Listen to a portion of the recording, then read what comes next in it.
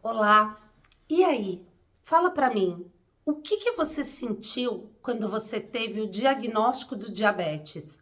O seu ou de seu filho, ou de alguma pessoa muito próxima de você, um familiar ou um amigo? Quais foram os sentimentos que vieram em você pela primeira vez? Desespero, angústia, medo, aflição? O que você sentiu? Vambora? Hoje eu vou contar para vocês um pouquinho da minha história com o diabetes. Bora lá? Oi, pessoal, tudo bem? Mais uma vez aqui com vocês. Eu sou Bianca Fiore, sou jornalista, mãe, tenho diabetes tipo 1 há quase 30 anos e hoje eu venho compartilhar com vocês, né, sobre a minha história com o diabetes. Como foi lá em 1994 receber o diagnóstico de uma doença como diabetes, uma doença autoimune que ainda não tem cura, mas que dá para viver muito bem com ela. E como aqui o nosso vídeo é diabetes com propósito, a palavra que me veio à mente para falar sobre o diabetes é aflição, porque foi isso que eu senti logo que eu descobri que eu tinha diabetes, que o médico veio com essa sentença para mim. A palavra, né, o sentimento, na verdade, que veio no meu coração foi de aflição. E aí eu vou, lógico, basear aqui na nossa Bíblia, né? E o versículo que Deus tocou no meu coração para compartilhar com vocês sobre esse primeiro momento de descoberta do diabetes está lá no livro de Jó, no capítulo 30, versículo 16 e 17. E eu vou ler para vocês. E agora, derrama-se em mim a minha alma. Os dias da aflição se apoderaram de mim. De noite se me transpassam os meus ossos, e o mal que me corrói não descansa. Nossa, quando eu li essa palavra, né, eu vejo como ela é tão perfeita, né? Para mim, pelo menos, e eu acho que para vocês também, ela é tão perfeita para a gente comemorar, não, para a gente falar a respeito do diabetes e receber um diagnóstico como esse. Eu lembro que eu descobri o diabetes lá em 94 e foi na época que estava acontecendo a Copa do Mundo, né? No qual o Brasil era finalista, né? Era a final do Brasil e da Itália, um domingo, em julho. E nessa final, eu já tava me desculpa. E nessa final, nessa época, em julho, eu já tava há algum tempo, praticamente quase um mês, já tinha emagrecido muito. Os sintomas clássicos do diabetes, né? Muita sede, urinando demais, né? Porque você bebe muito líquido, bebe muita água, então você urina demais. Esse é os sintomas clássicos de quem tem diabetes tipo 1. Uma fraqueza absurda, assim, eu não tinha... Eu levantava da cama, eu fazia as coisas, mas eu me cansava muito rápido. Na ocasião, eu tinha 17 anos, então eu estava bem no auge da juventude, de sair com os amigos. Estava trabalhando, estava no meu primeiro emprego, né, em 1994, eu era recepcionista de um banco de investimentos. E aí, eu comecei a definhar. Eu sempre fui muito magra na minha infância, na minha juventude. Minha média de peso era mais ou menos 45 quilos. Nessa ocasião, eu cheguei a pesar 35 quilos. Então, quer dizer, eu fiquei muito magra. Minha mãe começou a se preocupar, falou, nossa, o que que tá acontecendo? E o interessante é que eu comia muito nessa época, né? Comia muito mesmo, eu tinha uma fome, só que parece que tudo que eu comia não ficava no meu corpo. E realmente, aquilo não se transformava em energia, porque estava em desajuste o meu corpo. Eu já estava com diabetes, mas eu não sabia. E aí, nessa Copa de 94, no final da Copa de 94, eu fui para casa de uns amigos assistir a final e chegando lá eu bebi de tudo. Eu bebia refrigerante, eu bebia água, eu bebia suco. Eu não bebia bebida alcoólica na época, então não bebi nada de alcoólico. Acho que eu tomei um gole de cerveja, mesmo assim eu não gostava do sabor. Mas de qualquer maneira, era uma sede que me consumia. Quando acabou o jogo, o Brasil ganhou, os amigos resolveram ir comemorar. Eu morava em São Paulo, na capital, a gente resolveu ir comemorar lá na Avenida Paulista. E no caminho, né, para eu ir lá para Paulista, eu tava com sede, óbvio, e eu pedi para esse meu amigo parar na minha casa, para eu beber água e ir ao banheiro. E a minha casa na época estava reformando e o único lugar da casa que não estava em reforma era a cozinha e o banheiro. Eram os dois únicos cômodos. E quando eu cheguei na cozinha, tinha geladeira. Eu abri a geladeira na esperança de ter algo para eu beber e tinha caldo de cana. Olha que beleza. E eu não pensei duas vezes. Eu virei, tinha aquelas garrafas plásticas de 2 litros. Não tinha água, só tinha caldo de cana. E aí eu não tive dúvidas. Eu simplesmente virei 2 litros de caldo de cana. Claro que na hora eu tive tontura, fiquei enjoada, achei que era porque eu tinha bebido líquido rápido. Cheguei no carro dos meus amigos já passando mal, né? Mas não sabia o que era, achava que fosse enjoo, realmente por eu ter bebido muito rápido. E aí nós fomos na Paulista comemorar e quando cheguei lá, eu acabei passando mal e acabei indo para o hospital. E ao chegar no hospital, realmente foi dado o diagnóstico que eu tinha diabetes tipo 1. Até uns amigos falaram, ela tá em coma alcoólico, e uns outros amigos que mais próximos falaram, não, ela não bebe. E aí o médico, graças a Deus, um médico muito atencioso, né, de plantão que me atendeu, sentiu o odor da minha boca e viu que realmente eu não estava com cheiro de bebida, eu estava com cheiro de cetona, que é um cheiro bem específico, um hálito de maçã podre mesmo, né? Porque você está com corpos cetônicos, produzindo corpos cetônicos por conta da glicemia alta. E foi assim que eu descobri o diabetes tipo 1. E eu vou falar para vocês, o sentimento que eu tive foi de aflição. Eu senti muita aflição naquela hora. E agora eu tenho 17 anos. E a gente vê nesses momentos, a gente começa a puxar na memória pessoas, porque diabetes não é uma doença incomum. O diabetes tipo 1, sim, apenas 10% da população com diabetes tem diabetes tipo 1, que é autoimune, é diferente do diabetes tipo 2, né? Que é hereditário, tem a ver com o estilo de vida, tal. Apesar de ambas serem muito preocupantes. Mas assim, naquela hora, me veio na cabeça, eu tive alguns familiares com diabetes. E o mais próximo de mim foi uma prima, que aos 18 anos, ela morreu de diabetes tipo 1. E a Lilian, né? Ela morreu em 1976 e eu nasci em 1977. E exatamente um ano antes de eu fazer 18 anos, ela morreu com 18, né? Eu descobri com 17, eu abri o diagnóstico do diabetes tipo 1, que foi a mesma idade também que ela descobriu o diabetes tipo 1. E na hora, a primeira coisa que eu pensei foi, eu vou morrer que nem a Lilian. Porque apesar, ela era muito falada na nossa família, porque foi algo que chocou. A minha tia, a mãe dela, eu lembro muito na minha infância, essa tia foi muito próxima a mim. E me veio essa angústia, me veio esse desespero, me veio essa aflição. E orando na palavra, né, eu pensando na vida de Jó. Para quem não sabe, Jó foi talvez um dos primeiros livros a serem escritos na Bíblia, né, na ordem cronológica. O Jó, ele era contemporâneo de Abraão, que todos sabem. Todo mundo acho que conhece um pouco da história de Abraão.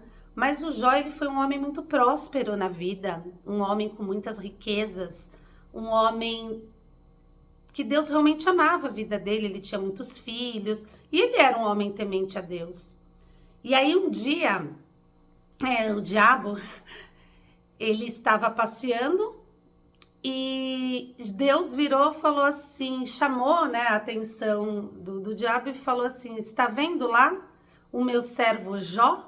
Isso tudo tá na Bíblia, tá, gente? Tá na palavra, eu não tô inventando nada da minha cabeça. Então, se vocês tiverem aí curiosidade, vão lá no livro de Jó, é um livro maravilhoso. Eu acho que é um livro que a gente aprende muito. É uma história realmente de muita superação e de muita fé. E aí, o que acontece? Deus falou para o diabo assim, olha, você tá vendo o meu servo Jó? esse meu servo Jó, ele é fiel a mim. Ele é muito fiel a mim. Eu conheço o coração dele. E assim, o diabo virou e falou: ah, é? Tira tudo dele para você ver se ele vai continuar amando a você. Porque é muito fácil realmente a gente amar a Deus e estar bem quando tudo está bem ao nosso redor. Difícil é amar na tempestade. Difícil é amar quando as coisas dão errado. E aí a gente vai ver, né, se realmente o nosso amor, a nossa fé é verdadeira. E foi isso que aconteceu. Deus permitiu que o diabo, que Satanás, tocasse na vida de Jó. Ele perdeu todos os seus filhos numa única noite. Ele perdeu a sua casa, ele perdeu o seu trabalho, a sua lavoura, as suas plantações. E além de tudo isso, ele pegou, Deus permitiu que o diabo tocasse nele, dando para ele uma doença. Jó tinha lepra. Diz até no livro de Jó que ele se coçava com telha. Imagina, tamanho eram as feridas dele. A única coisa que Deus não permitiu foi que o diabo tirasse a vida dele. Então Jó passou por uma grande prova. A gente não tem ideia, mais ou menos, existem estudos de quanto tempo Jó permaneceu nessa prova. Mas o que eu posso dizer para vocês é que até a esposa de Jó virou para ele e falou assim: amaldiçoa o seu Deus e morre. Tamanha desgraça que Jó estava vivendo. E sabe o que Jó respondeu para ela? A minha vida é de Deus. Eu não vou tocar na minha vida. Do pó eu vim e ao pó eu voltarei. Então o Jó, ele não se revoltou contra Deus. Ele entendeu que tinha um propósito de ser que tudo aquilo que estava acontecendo na vida dele. E às vezes eu me pergunto, será que foi fácil para Jó ver todos os seus filhos mortos? Todo o seu trabalho de anos e lavoura destruídos, toda uma vida a uma esposa, respeitado na sociedade, e ele se vê coberto de feridas. Tem um dos capítulos de Jó que 3 amigos dele vêm e começam a afrontá-lo, dizendo: você pecou contra Deus, você comeu doce, você deu doce para o seu filho não alimentava direito. Fazendo aqui um paralelo com o diabetes. Quantas pessoas chegam até nós e nos culpam pelo nosso diabetes, pela nossa doença, quando algo dá errado na nossa vida. Eu não estou dizendo aqui que não existam coisas que realmente sejam culpa nossa, tá? Mas existem coisas que acontecem que são além da nossa vontade. Como o caso, por exemplo, de Jó e como o caso também do diabetes.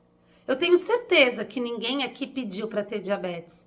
E vocês também podem ter certeza que ninguém aqui ficou diabético por comer muito doce. Por um desleixo de uma mãe que às vezes fala: eu não oferecia tantas coisas saudáveis para ele. Será que eu não cuidei direito? Onde eu falhei? Será que é porque eu já tenho uma doença autoimune e meu filho tem? Pessoal, nada disso. Tudo tem um propósito de ser. As coisas acontecem sempre em nossa vida por um bem maior. E cabe a nós acreditarmos nisso e buscarmos as respostas. Não é verdade? O Jó, ele questionou Deus. Depois dos amigos terem falado um monte para ele, depois vocês pegam, leiam, eu peço para vocês, leiam o livro de Jó. É um livro maravilhoso. Depois de tudo que ele passou na vida, Deus apareceu para ele, através de um redemoinho, e falou para ele qual era o propósito de tudo aquilo na vida de Jó. Falou para Jó que o diabo veio e queria levar tudo dele, mas que Deus sabia o coração de Jó. Deus sabia que Jó iria suportar tudo aquilo. E sabe o que acontece depois de tudo isso? Depois de Jó ser provado como ele foi, Deus restituiu a vida de Jó. Jó ficou ainda mais próspero do que ele já era. Ele teve as suas plantações refeitas. Ele teve mais filhos. Não que aqueles filhos fossem substituir o lugar dos filhos que se foram. Mas vocês entendem comigo que ele teve a vida totalmente restaurada novamente? E aí eu penso, é uma aflição ter diabetes? Sim, é uma aflição. É muito, a gente se aflige, a gente fica tentando entender. E aqui, até nesse versículo que eu li para vocês, no versículo 17, que fala que de noite me transpassam os meus ossos e o mal que me corrói não descansa. A gente não sente isso do diabetes, o mal que nos corrói não descansa. Eu não tenho, as minhas filhas não têm diabetes, mas eu lembro da minha mãe e quantas noites a gente não vai dormir, os pais não vão dormir pensando, meu Deus, e se meu filho ou minha filha tiver uma hipoglicemia à noite e eu não acordar, o que vai acontecer? Então realmente é um mal que corrói a nossa alma, que nos aflige, mesmo a gente sabendo, no caso do diabetes, que é uma doença que tem controle, mas a gente tem que estar atenta. Só que sabe o que eu quero dizer para você, meus queridos? Deus está no controle. Entregue para Ele. Entregue o diabetes nas mãos dele, não no sentido de eu não vou cuidar de mim, eu não vou cuidar desta doença, eu não vou controlar. Mas entrega a tua aflição. Descanse. Faça tudo aquilo que você vê que está certo, que o seu médico te orientar, que o seu nutricionista, porque essa fase de aflição vai passar. Você pode ter certeza, essa fase vai passar. E aí, no meio desse turbilhão todo, eu sei que vão chegar pessoas para vocês e vão te acusarem de várias coisas. Mas só pensa assim, eu sei que a culpa não é minha e eu sei que isso tem um propósito maior. Então, a palavra que eu quero deixar hoje aqui para vocês é essa, tá? Não se aflijam. Faz parte, a aflição faz parte nesse começo. Mas saibam que tudo tem um porquê de acontecer. E que se Deus está no comando, se você estiver bem, você vai saber logo qual que é o propósito dessa doença na sua vida e vai poder ajudar muitas outras pessoas que passam ou vão passar pela mesma coisa que você está passando. E eu queria saber como que foi aí a sua descoberta do diabetes, no que você sentiu, como foi esse sentimento? Deixa para mim aqui nos comentários, tá? Vamos compartilhar junto aí esse momento, tá bom? Então é isso. Fiquem aí com esse versículo. Tamo junto. E não deixem de acionar aí o sininho para as notificações. E a semana que vem eu tô de volta. Daqui a pouco, na verdade, eu tô de volta com mais um vídeo aí nesse Diabetes com Propósito. Um beijo no coração e até mais. Tchau, tchau.